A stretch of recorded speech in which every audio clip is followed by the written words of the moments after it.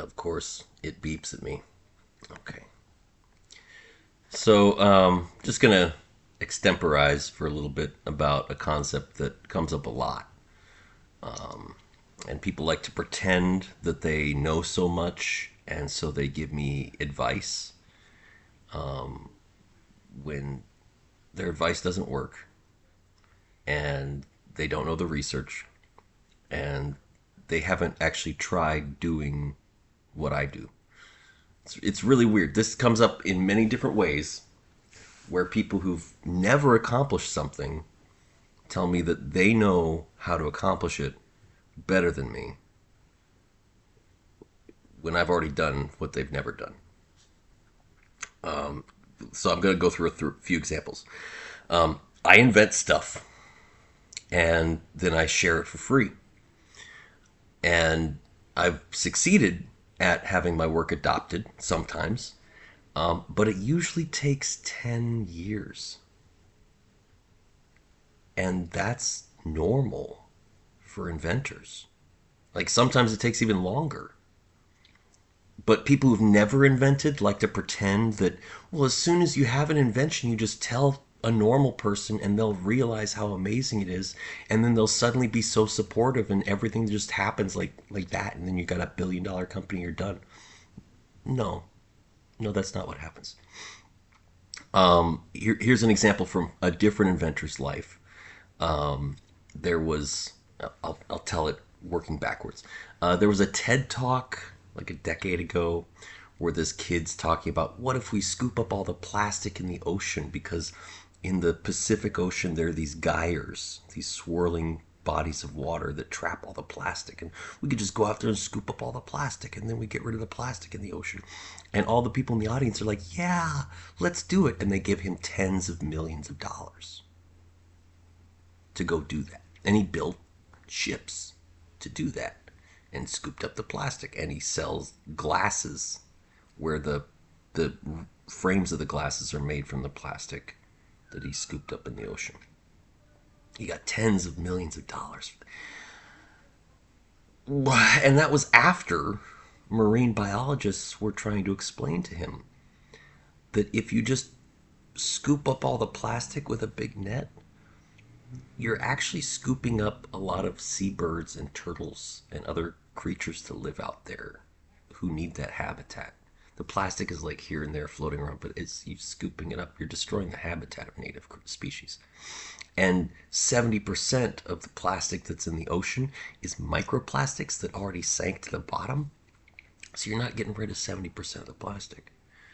And also, the reason there's plastic in the ocean is because people dropped it in a river and it flowed down the river into the ocean.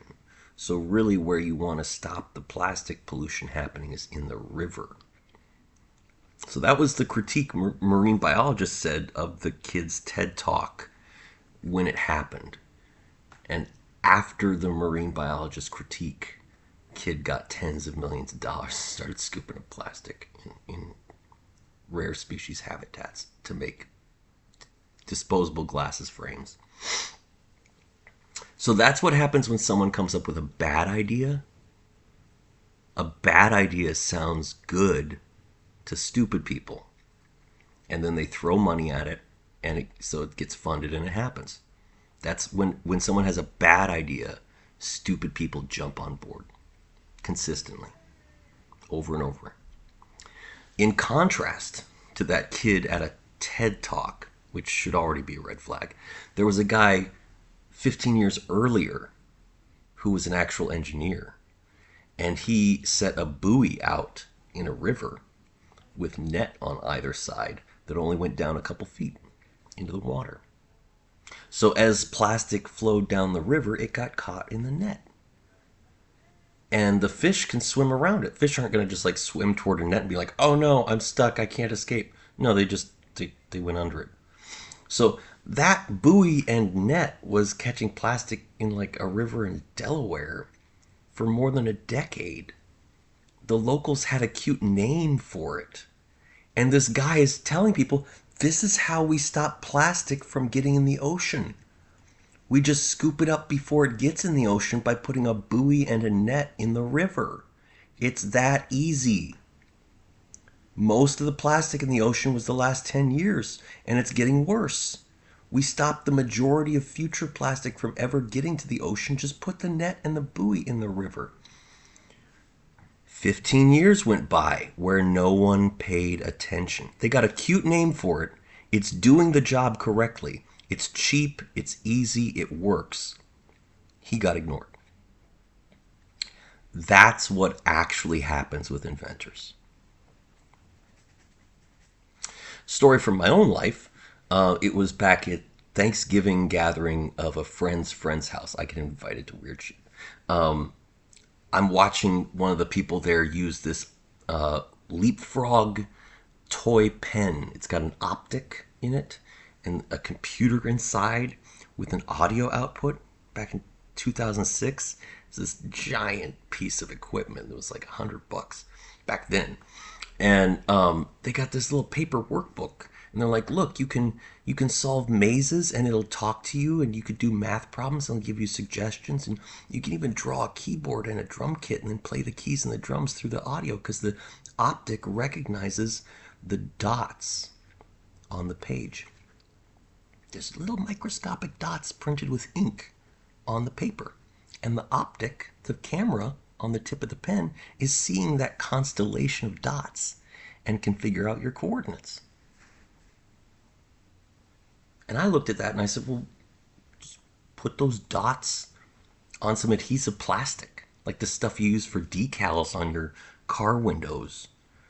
Put the dots on adhesive plastic, slap it on an existing computer screen, and now you got that optic, that camera, with a Bluetooth that goes straight into your computer, like a wireless mouse. And now you've converted your existing screen into a touch screen. So I had to go to the company that owned the North American license for those dots, which was LiveScribe, or Leapfrog. At the time, it was Leapfrog, the kids' toy company that was making this. They eventually spun off the technology to LiveScribe. A bunch of their engineers left the company because the pen was floundering. No one wanted to buy a $100 pen just to have mazes in a workbook. And I kept going to them saying, hey guys, you could be selling a lot more pens pared down. It's just optic Bluetooth. And converting existing screens into touchscreen. You could put it on a window. You could put it on a t-shirt. Just adhesive plastic with dots. And so I had to write down in a contract, I'm giving you this idea for free. Take it. And then they didn't implement it for years. And their company didn't make any money because they were selling in Sky Mall. Literally, they were in the Sky Mall magazine in the back seat of your airline, the pouch with the barf bag. And they eventually had to sell my IP to Panasonic. And Panasonic was like, wow, this gives you such a high precision touchscreen at such a low cost that we can leverage it to push our way into the tablet market. Panasonic makes like speakers and radios.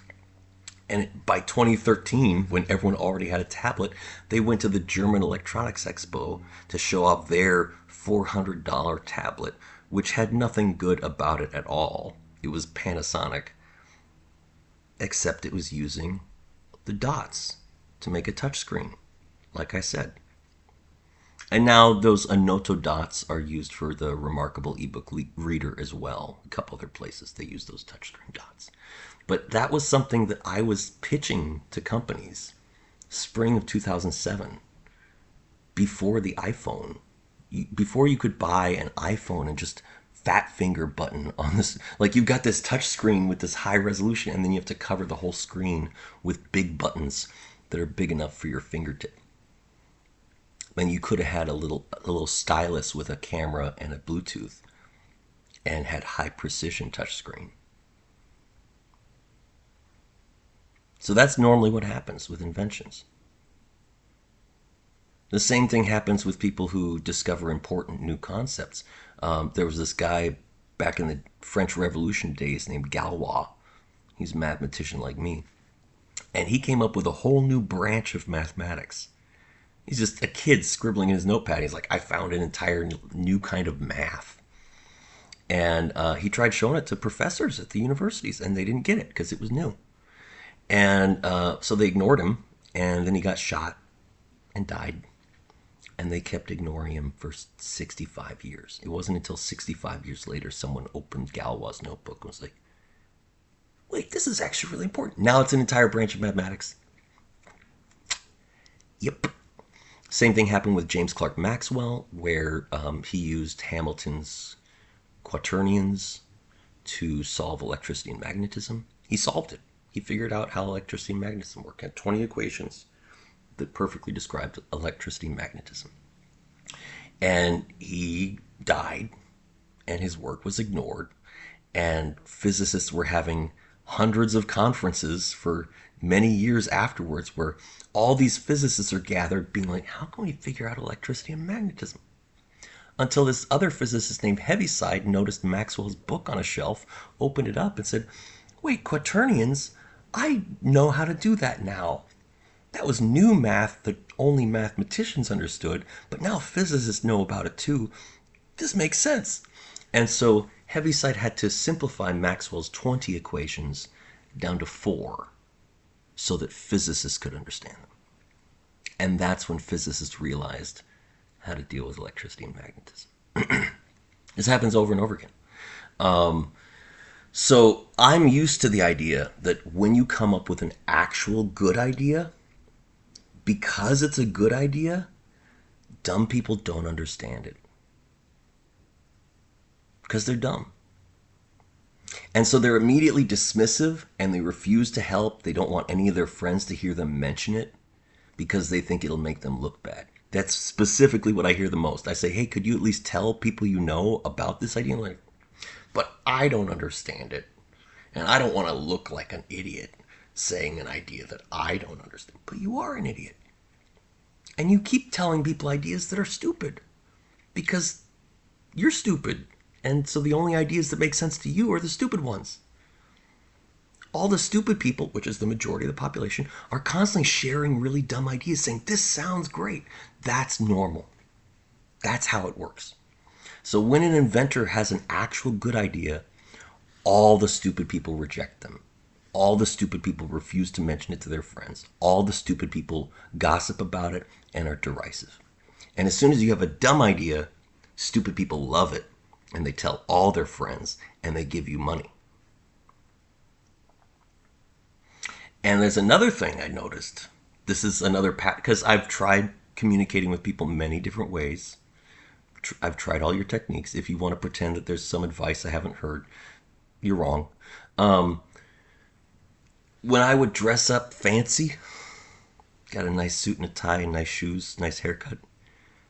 When I put my flipper in, I don't have a missing tooth. If I go to some fancy cocktail hors d'oeuvre party gathering for techie investor people, dressed nice, then all the dumb people who want to get money for themselves look at me and they say, oh, that must be money. And they swarm. And they just say they agree with anything I say. They just pretend that if they agree and flatter, then they're somehow going to get a piece of that pie. And it's a complete waste of time. And if I dress down, if I'm shabby, they all avoid me. All the sycophants, all the bandwagoners, all the people looking to ride a gravy train, they avoid me when I dress down. And the only people who are willing to talk to me are the scruffy engineers who know their shit. And they'll point out, hey, you got this problem. This is going to break the machine. This is going to make it not function. And I say, thank you so much. That's the constructive feedback I need to go and make improvements so that it does actually work. I don't want to make it seem like I've got a good idea to get people's money. I want to make sure I have an idea that actually works. So I need to hear that feedback of where the problem is. And people who've never actually done consulting, this is another one. People who've never actually had to talk to business leaders and politicians and get shit done. They get really excited when something looks glossy and flashy, and when the person presenting it is saying all the nice fancy jargon words. the dumb ones get excited about that. The rubes, the peasants get excited by that. But Dan Rome, who was a McKinsey analyst for decades, working for Fortune 500 companies, he wrote a series of books. In particular, I recommend Unfolding the Napkin. That one's one of my favorites. And he says very specifically, if you want to get a complex idea across in a way that other people have facility with that knowledge, they can actually use that knowledge and comprehend it, then draw stick figures. Simple stick figures on a napkin, simple visuals, nothing flashy, nothing complicated, no jargon, no fancy businesses or quantum nanotechnology, blah, blah, blah. Get rid of all that stuff, get down to the core concepts, sticky note sized. And that's what actually transmits the understanding in a way that works. So when I do that, I'll draw the sticky note diagram. I'll be like, hey, here's a quick sketch of the concept. And I show it to the peasants.